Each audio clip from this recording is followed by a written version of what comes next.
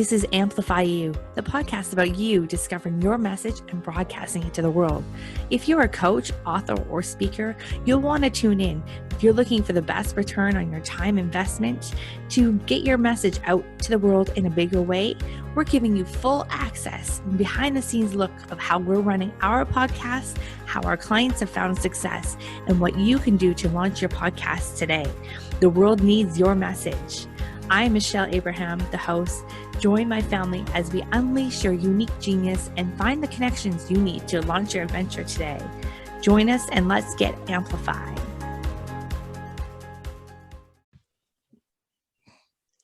Hello, Amplifyou, Michelle Abraham, your host here today, and I am very excited to bring you a behind the mic interview with Ken Streater, the host of the Good Change podcast.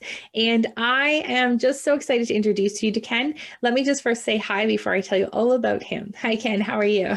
Hi, Michelle. I'm great. Thanks for having me today. You're welcome. Well, this has been a pleasure having you. We met a few months ago, and this has turned into a really great adventure. We connected so well on the first time we met. We're kindred hearts, I think, kindred spirits from our love for the outdoors and outdoor adventure and travel. So I would love to tell you a little bit more about Ken. Ken is a former international river guide and travel outfitter who's worked and played in 50 countries. He's an Alaskan bush teacher turned social good entrepreneur, a Fortune 500 consultant, best-selling author, and keynote speaker. And Ken has seen firsthand how common ground blooms greater good. So Ken, I love the title of your show. I love the concept of your show. And I would love to just share with our audience, what was your idea behind this show? What inspired this motivation to do all the work behind launching a podcast? Well, so first I want to say thanks to you for having me again, and also for making it possible for me to be in this position where I have a podcast. When you and I first met, I didn't have a podcast, and I said I wanted to have something up in 30 days. And lo and behold, it was done courtesy of your great guidance and your crew's behind the scenes work and in front of the camera work. I've just appreciated everything you've done for me. Oh, you're welcome. So the Good Change podcast, it came about, and my writing's the same and my speaking the same, simply as a result of a recognition that we are bigger and better than those who profit from our fear and differences. And the narrative that is woven about us with those fear-driven industries is inaccurate. It just isn't who we are. So I thought to myself, how can I counterbalance that? How can I affect that in a way that allows us to have a really good impression of ourselves, because we're really good people. We agree on essentially 70% of all major things. We are a species that is connected by nature. And so I wanted to just promote the fact that, unlike the narrative that we see on media with pharmaceutical companies, with insurance companies, and certainly now with politicians, that we're more alike than we're different, and we need to rally around that connectedness. I love that. It's interesting that the conversations that's coming up around the good change, and how, I think it's interesting that you're saying that 70% of things we agree on, but it's the 30% of those things that really pull us apart. And I remember you giving me an analogy of in a raft and some point somewhere in Russia. So can you take us back to that moment? Because I think that was a really great analogy of what you're trying to say here. Yeah, so I was fortunate enough to be a part of the first ever group of Westerners to raft in southern Siberia. This was in the late 1980s, when communism was still very much in force. And a friend of mine, created this fledgling organization called Project Raft, RAFT being an acronym for Russians and Americans for Teamwork. His idea was to bring Soviet kids, high school and college kids, together in rafts, literally, with American high school and college kids, and do these team building trips in effort to break down the wall that existed between our countries. And at that point, actually, to play some kind of role in reducing the possibility of a nuclear war. So in 1987, there were 13 of us that were able to fly from the States to Siberia. That was quite an adventure in and of its own right, where I can remember looking out the tiny porthole window of this rust bucket helicopter as we're flying over 14,000 foot mountains and seeing nothing but clouds. And I'm thinking, how in the heck do the pilots even know where they're going? But anyway, that's a whole other story. We landed, unloaded the rafts out of the helicopters, were joined on the river by our Soviet counterparts, interpreters, and also some of the better Soviet rafting guides. And we took off down this river. And the first 2 or 3 days was a phenomenal cultural experience. We didn't speak the same language. The interpreters helped here and there, but we just learned how to communicate and found commonality in our love for rivers and our love for rafting.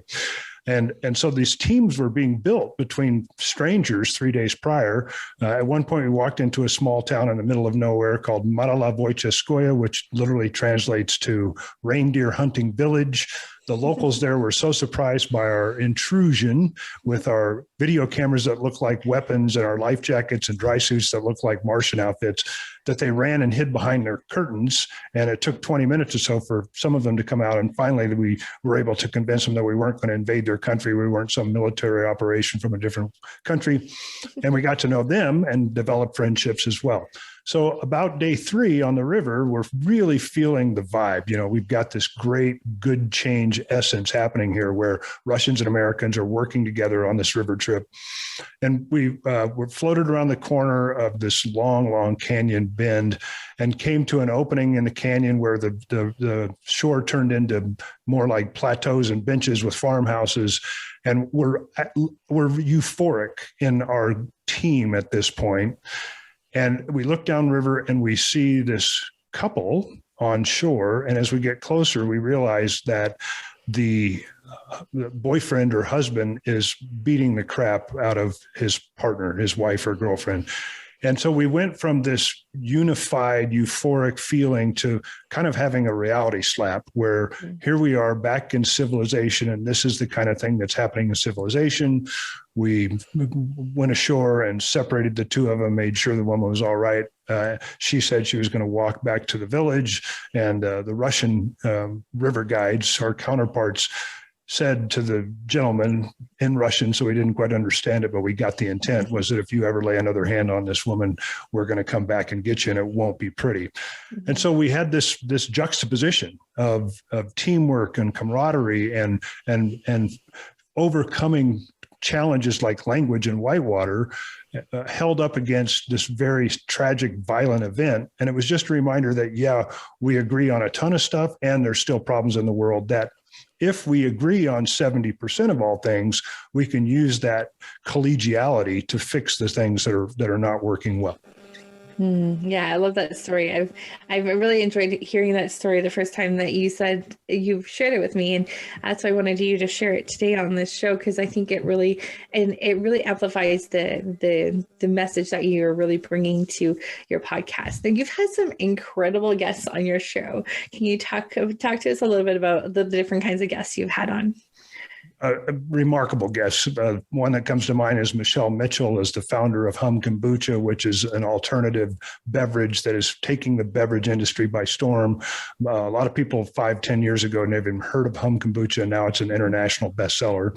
And her conversation was about business culture and how to manifest really good change in a business environment where people truly feel empowered and as if they are vital to the organization, and that profit takes a backseat to people. I had recently, Mazinga Milou was a guest. She was the first African-American woman to run a major African bank. And she talked about the obstacles that she faced as she climbed the ladders as a Black person in what was then more of a white industry. And then, of course, as a woman in what was, and still is, a largely male-dominated industry. And she's created an organization that is helping thousands of young African women or young African girls realize what it is that they want to do with their lives, and then going on and achieving that. I've had John Bullock on a show, who is the founder of the largest brick and mortar charter school in Oregon. And he talked a lot about how we have to completely shift the education dynamic, the education paradigm, away from being time-centric, meaning that you're going to get pushed through the system no matter how you're achieving achieving to being proficiency based, which means that you can take as much time as you need to. And if that's 2 weeks or 2 years to prove that you know what you need to know in the science or math or social studies world, that's how we need to educate. And he has literally transformed education to be very student driven and subject or proficiency driven as opposed to time driven. So all these great people who are leaders in their own right in their respective industries, visionaries, movement makers, and then everyday heroes. We're talking on an upcoming show with a woman named Kyle Ann Hunter, who is a Air Force Academy professor, and she was the first woman Cobra attack helicopter pilot in the Marines ever. And she is a staunch anti-gun violence advocate. And her conversation is really touching and powerful about these simple steps that we can take to prevent, in our country, in America, this rash of mass shootings, and then also suicides and accidental deaths by gun. So a lot of fantastic leaders. That's amazing. Now, where are you finding these incredible people? Is this through your own personal network? You know what? I just stand on a corner in downtown Redmond, population 25,000, with a sandwich board. It says "Guest Wanted," and somehow they find me. No, I've been blessed, I guess, for lack of a better term, with the ability to just reach out to people that impress me and ask them to be in somehow or another in my life. And right now, having a podcast, of course, is a great way, a great tool to be able to connect to these people and to share what they want to share. And really, that's the essence of why I think people are willing to talk to somebody who, they don't know from Adam. And that is because I want to share what they want to share. And every one of these people is eager to get a message out to make the world better. And what a great way to do it on a podcast like the Good Change podcast.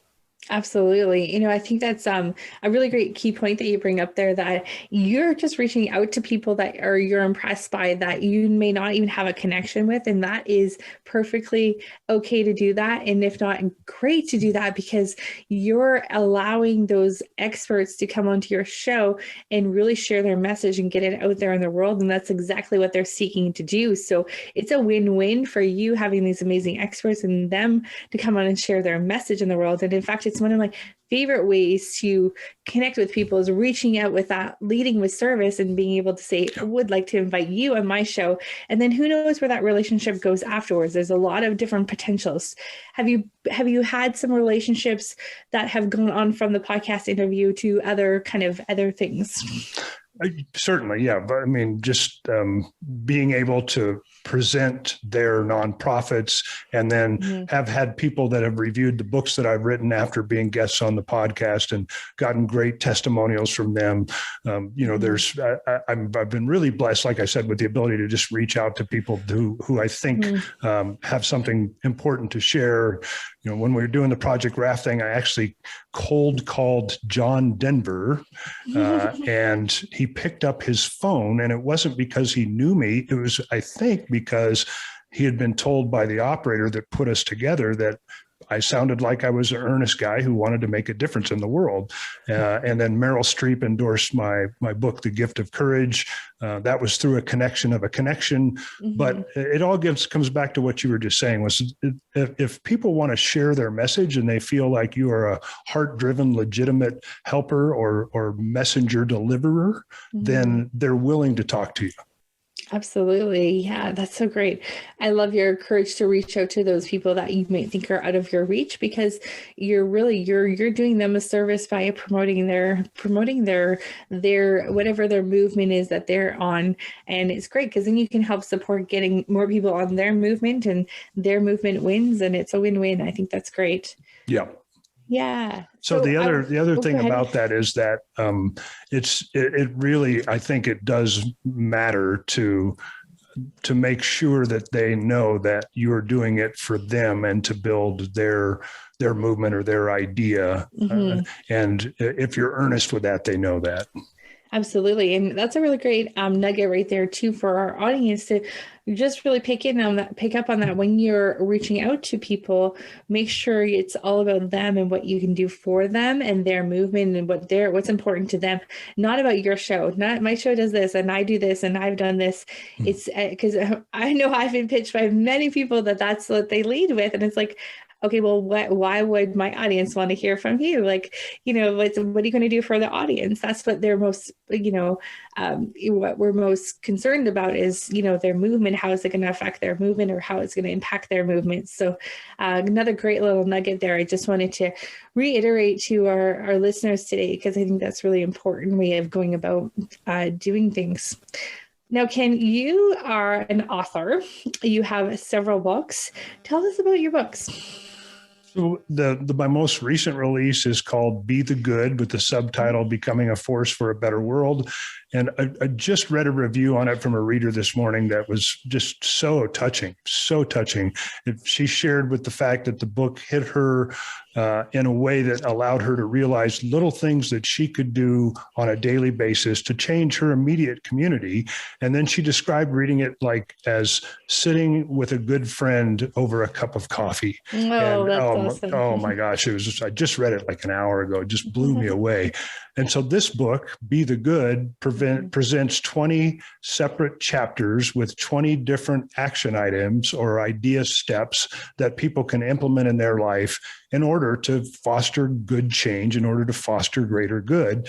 And they're not these esoteric, too big to bite ideas. They're things that you could implement today or tomorrow or next week with very little change to your routine. And each chapter has a story around it that I think helps cement the concept and illustrate how each one of these different action steps can work. That is the most recent release. Before that, I wrote a book called The Gift of Courage that is about 7 everyday heroes who in one form or another faced their fears and went on to be significantly important in their community as change makers in their community. One chapter is about a gentleman named Josh Kern, who was a white middle-class lawyer in Washington, D.C., upper-class lawyer in Washington, D.C., who had to guest teach in this high school in Ward 8 of Washington, D.C., which is one of the most violent neighborhoods in the country. At the time that he did this, there were 3,000 violent crimes a year in this essentially oversized neighborhood. And he said, this is unfair. There's more metal detectors than textbooks in these schools. I can do something different. He went door to door in the neighborhood in Ward 8 and said, I'm here, even though it doesn't look like I belong here. I'm here because I feel like I belong and I want to make a difference in your community. He started Thurgood Marshall Academy on the corner of what was once Murder and Mayhem, and now it's a beacon of opportunity. And every single senior has graduated and gone on to college, and they've come back to their community and are lifting that up. So that's the gift of courage. Yeah. There's 7 stories like that are just inspiring. And also they are illustrations of people who really, really faced their fears and overcame those fears to make a difference. And it kind of points to the fact that we each have that same capacity. I love it. I love the way you write books too, because it's very different. It's not, it's not your normal kind of book. It's like very actionable. Like I've read Be the Good, sorry. And, it was interesting. It was all very like actionable items that you can do very easily. You didn't need anything extra to do, just to do them. And I got so inspired 3/4 of the way through the book when I was with a friend of mine who is also another change maker who I'll introduce to you one day. And she's a conscious hairdresser. And I got so inspired. I gave her my book because I wanted her to read it. And then now I have to order myself another copy so I can finish it because I got to 17 action items and I need the other 3. So okay, right on. I need to go back and order another copy of it. And I'd love to read The Gift of Courage. I think it's really inspiring. I love the way you've laid it out. So it's so easy to read and digest for your listeners to then implement into their lives. I think that's really fantastic. Thank you very much. And I'll make sure we get you another copy, and maybe I'll send you two so you can give away another copy. Yeah, I know. I'm really good at giving them away. So. Right on. I so appreciate that, Michelle. No very problem. much appreciated. So many people need them too. And now you've gone on to the TED stage too to share your message. Yep. A few years back, I was invited by TEDx Grand Forks to come and present on their stage. And the reason for that was TEDx Grand Forks is a North Dakota community that has a rich heritage of agriculture. And then there's a college there that kind of has a more liberal bend to it. So it's a community that has a rich heritage, and they've experienced an influx of immigrants. And one night, many years ago, somebody threw a firebomb into a Somali immigrant family's cafe and destroyed the cafe. And the community was just torn apart by this. There are some people who are anti-immigrant and some people who were pro-immigrant, or just everybody's entitled to equal opportunity. And so I was given the opportunity to go speak at their TED organization meeting in the Imperial Theater. I think it was called Empire Theater, beautiful old theater in downtown Grand Forks. And the title of my speech was Courage or Fear in Your Community. It's your choice. And I just presented the idea that each one of us, again, and kind of an action item thing, has the capacity to build trust or fear in your community, and that each one of us has an opportunity to build trust in our communities. And it's something as simple as not paying attention to the 30-second soundbite that the national media company is trying to get you to believe and live by, and just speaking to your neighbor instead. I love that. Yeah, it's starting from home. And so Ken, with all these messages that you have, and this message of the good change, what is it? Can you give our listeners a couple of tips that they can start with today, as we're talking about your podcast and your books and your talks? You're out there doing the good work out there and making the good change. And what is it that we can do as podcasters or potential podcasters that are our listeners today? Give us a couple of ideas of things that we can do and start with. Well, the first one I would say is don't put the Q-tip in too deep. Like, read the instructions on the Q-tip box. You don't want to hurt your eardrum. No, that's a joke. Great tip. Thank you. A Q-tip. That's a Q-tip. Q-tip. Thank you.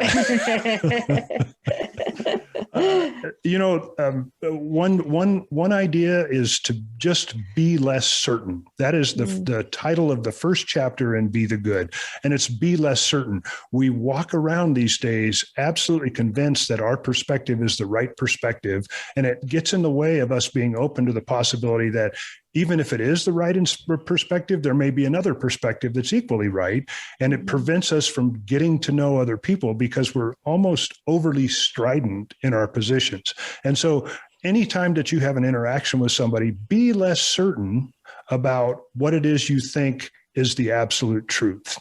Another one is just take a stranger to lunch. And when I say stranger, I don't mean that somebody that you just met off the street, but somebody that's different than you. There's a study that's in the book, this reference in the book, that says that the degree of credibility that we give people in conversations online, whether it's through social media or emailing or otherwise, it's dented. We don't give people as much credibility and as much trust when all of our communication is via technology.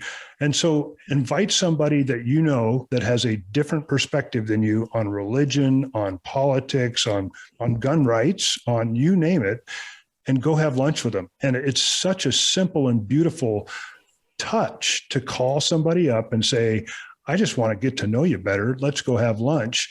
And if you do that once or twice a year, it can shift their perspective of you and quote your side, and it can shift your perspective of their side. Really what this is all about they're just tips that we can undertake to shift the narrative. And there's the analogy is, if you fly from Los Angeles to New York or from Vancouver to Toronto, and the plane is off by 1 degree at takeoff, it's going to miss the community that it's headed towards. Mm-hmm. And so all you need to do is make these little adjustments as you go along in order to arrive at the best place you're going to, where you want to end up. And it's the same thing with community. It's the same thing with people, is just make these little shifts, these little directional shifts periodically in order to end up at a better place. And taking somebody that you don't have eye-to-eye sentiments with to lunch is a perfect way to do that. I love that. And for all of us in the world right now, we can take them to a Zoom lunch. Yes. And yeah. get to know them. Yeah. Until we can go to a restaurant again, depending on where you are in the world. But yeah, what a great idea. Be less certain about your perspective and take a stranger to lunch. I love that. And then there's one more simple one, and we do still have to go to the grocery store. And this is one item in a chapter of a handful of items. I love doing this where I go into the grocery store, and generally speaking, the flower department of a grocery store is near the entrance because, there's a marketing device that play there. They want you to pick up flowers. If you pick up a $2 bouquet and you go to checkout and you tell the checker that you want to give those flowers to the person 2 people behind you in line, that gives you the opportunity to buy those flowers for $2, leave them with the checker, and be gone out of the store before the person behind you gets them. And an anonymous gift like that will lift somebody's spirit, and not knowing who it came from means that they have absolutely no idea of the impact that they're making on other people, because it's an anonymous gift that is treasured. And I guarantee you, when they go home, whether it's a man or a woman, when they go home and they put those in a vase on their table, it's going to lighten their days for the next week or so. I love that anonymous gift idea. It's interesting because the flower one, that's brilliant. I really like that idea. I've been through a Starbucks drive-through before where I've had my order paid for by the person in front of me, and the same sort of idea. And it's interesting because another time I went through, of course, it makes you want to pay it back, right? So yep. I paid for the person behind me, and without the cashier in the window didn't even say anything, but she was like, you know what? She's like, this has been going on since 8 a.m. and we're at like 11 a.m. right now. She's way. This has been a nonstop chain of this happening because one person started it. I was like, wow, how many people's lives have changed or days have been brightened because, and every single person felt compelled to reciprocate to the next person behind them. I was like, that's fascinating that caused I ended up on the news and stuff because it was such an interesting way that chain hadn't been broken in 3.5 hours. Right on. That's a fantastic and a remarkable story. And that in essence is why I have the Good Change podcast. Mm-hmm. And that is because we can affect that kind of change instantly with very little or no cost and no change in our routine if we're conscious about it. And so these leaders of these different industries that I'm interviewing that are guests on the show, they started their movement or their company or their organization the same way, with one small idea, one shift in behavior, and it's blossomed into culture changing entities now. Yeah, that's amazing. Oh, so cool. You guys, if you have not listened to Ken's Good Change podcast, you really need to. He's such a great interviewer. You really draw out the stories from people. You add so much value to your listeners by the stories you're sharing and the people you're bringing on and the community that you're growing through this. I commend you. You're very new to podcasting, only within the last few months, yet this show is reaching top 100s in many countries right now in self-improvement and personal development. And I think it's just the beginning of a lot of good change that can happen out there. And Michelle, I told you this and I'll tell you it again. I owe so much of it to you and your company. I mean, you want to talk about heart driven and out there to make a change. When we first talked, I asked you why it was that you were getting into this industry or why you were in this industry. And you explained that you had worked as a reservationist secretary, office manager of a rafting company, and that had some influence over some people, positive influence, but it wasn't big enough for you. And so my hat's off to you because you've created this community that is filled with change makers. And top to bottom, side to side, you have made this journey on the podcast so much more enjoyable and easy for me. And so I'm really, really grateful to you. Oh, well, thank you, Ken. That's so nice of you to say that. And yes, my joy comes and my fulfillment comes from helping our change makers get more visibility and get out there in the world in a bigger way so they can make a bigger impact. And I think that, I love that we've built a community full of amazing change makers like yourself. So thank you so much for being on our show today, Ken. It's been a pleasure to dive into your podcast and your books and your everything. And where can we send everyone to get to know you better and also find out more about how they can order your books? Yeah, so I'll be on that street corner I was talking about. I'm the guy with the sandwich board. Downtown with the sandwich board. Yeah, downtown. Not many of those anymore. My website is probably the best spot. It's kenstreater.com, KenStreater.com. And you can find the books on Amazon or Barnes & Noble. And you can get an ebook right now of Be the Good. Here's a sales pitch. You can get an ebook right now of Be the Good Kindle version for 99 cents. So I would love it if you bought it and left a review if you're so inclined. Absolutely. And don't forget to go check out the podcast, Good Change, and leave a review there as well. That would be much appreciated for Ken and a great way to support what he's all about and supporting us in humanity to be better people and make good change out there. So thank you so much, Ken. Amplifyou family, make sure you go check out all the places you can find out more information about Ken. And until next week, go out there. Your uniqueness is your genius. The world needs your message. We can't wait to hear from you. Till then, Michelle. Take care. Thanks, Ken. Thank you. Bye-bye.